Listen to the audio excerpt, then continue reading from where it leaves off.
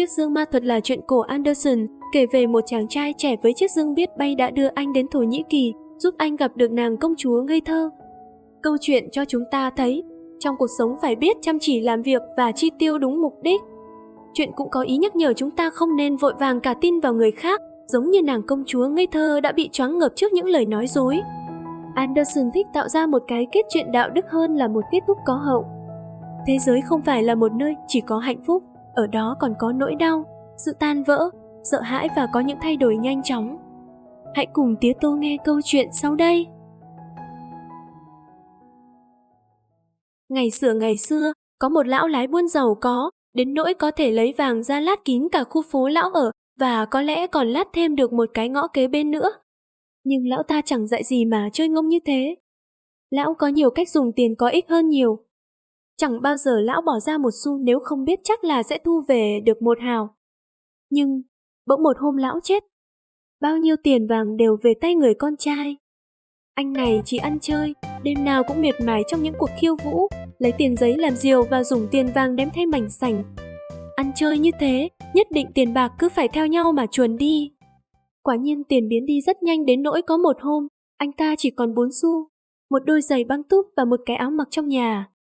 Rồi bạn hữu cũng bỏ rơi anh, nhưng có một người tốt bụng cho anh một cái dương cũ và bảo, cho cậu cái dương này mà đựng tài sản. Nhưng anh chẳng còn gì mà đựng, và cũng chẳng còn cái giường để nằm, thế là anh ta nằm ngay luôn vào cái dương. Cái dương ấy cũng khá kỳ lạ, hết cứ đè lên cái khóa thì nó bắt đầu bay. Chàng trai trẻ của chúng ta vừa đè lên cái khóa, thế là cái dương chui ra khỏi ống khói, rồi bay tít lên cao, lên trên cả mây, bay xa, xa mãi.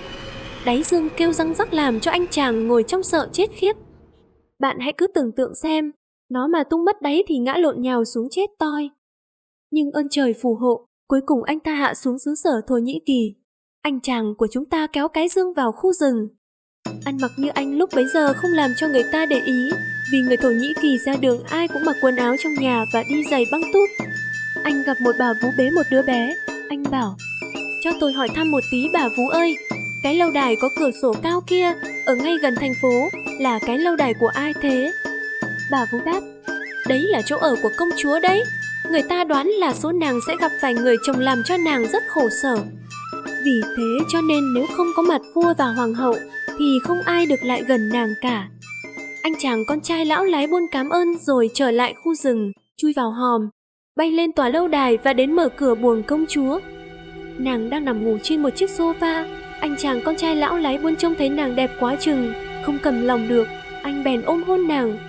Công chúa tỉnh dậy và thất kinh, nhưng anh chàng bảo nàng rằng mình là thần hoàng nước Thổ Nhĩ Kỳ vừa mới bay đến đây gặp nàng, nên nàng lại lấy thế làm hân hạnh.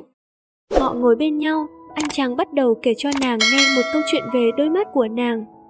Anh bảo đôi mắt của nàng là những hồ nước đẹp, trong đó ý nghĩ bay lượn như những nàng tiên cá.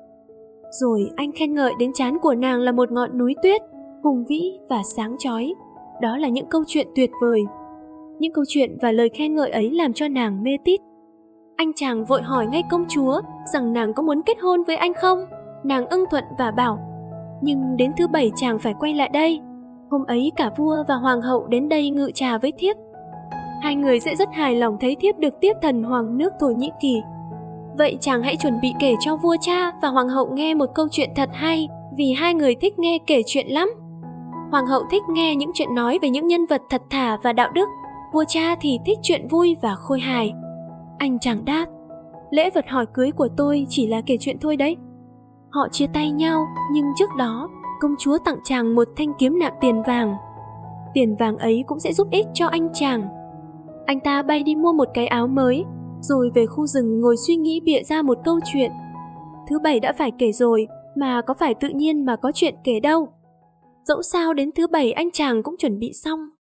Đức vua, hoàng hậu, tất cả triều đình hội họp đông đủ tại lâu đài công chúa để dùng trà. Anh con trai lão lái buôn được tiếp đón rất nồng nhiệt. Hoàng hậu hỏi, anh kể cho chúng ta nghe một câu chuyện nhé. Một câu chuyện có tính giáo dục thật sâu sắc ấy, được không? Nhà vua thêm, nhưng đồng thời lại khôi hài nữa kia. Xin sẵn lòng, anh chàng đáp rồi bắt đầu kể. Ngày xưa, có một bao diêm rất tự kiêu vì dòng dõi quý tộc của nó. Cha những que diêm ấy là một cây tùng lớn, một cây cổ thụ to trong rừng. Thế mà những que diêm tội nghiệp bây giờ phải ở trong bếp, cạnh một cái bật lửa và một cái nồi cũ kỹ. Và chúng chỉ có thể kể lại tuổi trẻ vinh quang của mình. Chúng kể, chúng ta đã từng sống sung sướng trên những cành cây xanh tươi. Sáng nào, tối nào chúng ta cũng uống trà bằng những hạt sương lóng lánh như kim cương.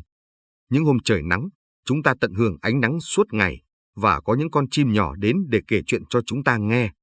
Chúng ta là con nhà giàu, chúng ta biết có những cây chỉ mặc lá xanh trong mùa nóng, còn chúng ta thì bận y phục xanh suốt cả mùa đông lẫn mùa hè. Nhưng bỗng một hôm, tiểu phu kéo đến, thế là gia đình chúng ta tan đàn xẻ nghé. Cha chúng ta được dùng làm cột buồm chính trên một cái tàu thủy rất đẹp và có thể vòng quanh thế giới được. Những cảnh khác đi nơi khác, còn số phận chúng ta là phải đem lửa đến cho thiên hạ. Cho nên chúng ta mới bị đày ải vào một cái bếp như thế này, mặc dù chúng ta là con nhà quyền quý. Cái nồi bên cạnh bao diêm kể rằng, số phận tôi thì khác hẳn. Từ lúc sinh ra đời, tôi đã bị thiêu không biết bao nhiêu lần rồi. Ở đây chính tôi là vật chịu đựng giỏi nhất và được quý nhất nhà này. Tôi thích nhất là sau khi xuất hiện trên bàn ăn về, tôi lại được lau chùi sạch bóng và chuyện gẫu với bạn bè. Chị ăn nói ba láp quá. Cái bật lửa nói, rồi lấy bánh xe bằng thép xoạt một cái vào viên đá, làm bật ra một tia lửa. Nhưng chúng ta có tìm được cách gì cho vui trong buổi tối hôm nay không nhỉ? Bao diêm reo lên, đúng đấy, hãy tranh luận xem trong chúng ta ai là con nhà cao quý nhất. Cái nồi gạt đi. Không, tôi không thích nói về cái bản thân mình. Chúng ta hãy tìm một vấn đề khác mà nói. Tôi bắt đầu nói trước nhé. Xin bắt đầu kể cho các bạn nghe một câu chuyện có thật. Chuyện có thật vẫn là chuyện hay nhất, nhưng dễ mấy khi đã được nghe.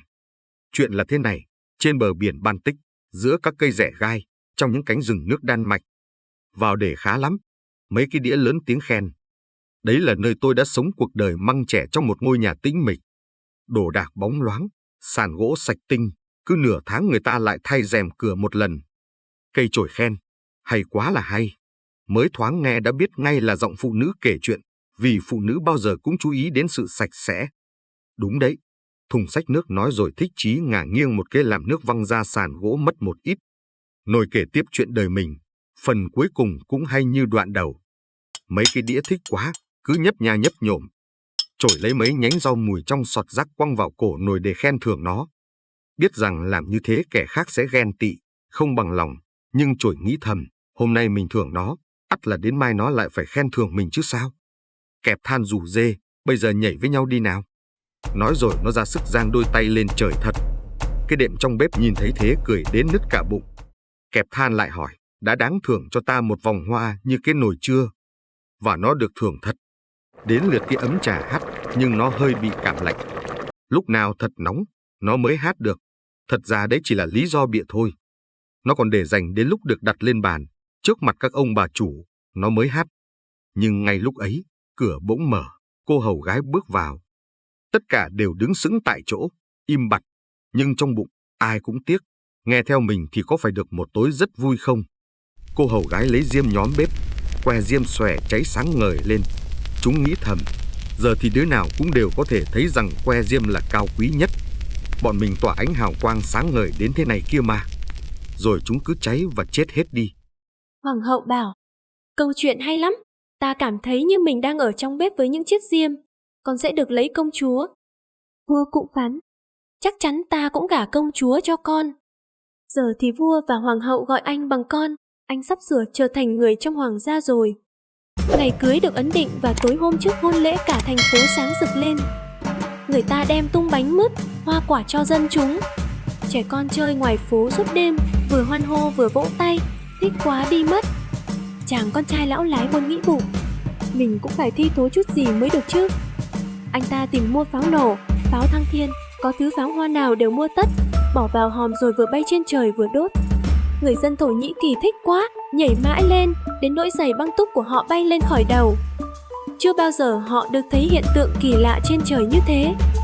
Họ không hơi đâu mà tìm hiểu đấy là cái gì, vì bấy giờ là lúc thần hoàng Thổ Nhĩ Kỳ sắp thành hôn với công chúa. Chàng con trai lái buôn vừa đến khu rừng với cái dương của mình, liền nghĩ rằng mình phải ra ngay thành phố xem kết quả ra sao mới được. Đi đến đâu chàng cũng thấy bàn tán về sự việc vừa xảy ra. Anh hỏi, ai cũng tả các pháo hoa kỳ lạ ấy theo mắt nhìn riêng của họ, nhưng ai cũng nói chưa từng thấy gì thích bằng thế. Người thì bảo, tôi đã trông thấy thần hoàng nước Thổ Nhĩ Kỳ, người có đôi mắt sáng như sao và bộ râu giống như nước đang sủi bọt. Kẻ thì nói, người khoác một cái áo choàng băng lửa tuyệt đẹp. Hôm ấy, anh chỉ nghe thấy người ta ca ngợi không tiếc lời. Hôm sau đã là ngày cưới rồi. Anh trở về khu rừng để chui vào chiếc dương bay. Nhưng tìm đâu cho thấy, than ôi, nó đã cháy mất rồi. Một cái pháo hoa còn sót lại đã bắt lửa và bây giờ cái dương đã thành tro. Anh bạn của chúng ta không thể bay nữa và không bao giờ có thể trở lại gặp công chúa của mình. Công chúa đứng đợi, suốt cả ngày trên gác thượng, nàng đợi, đợi mãi. Còn chàng thì vừa chu du thiên hạ vừa kể chuyện.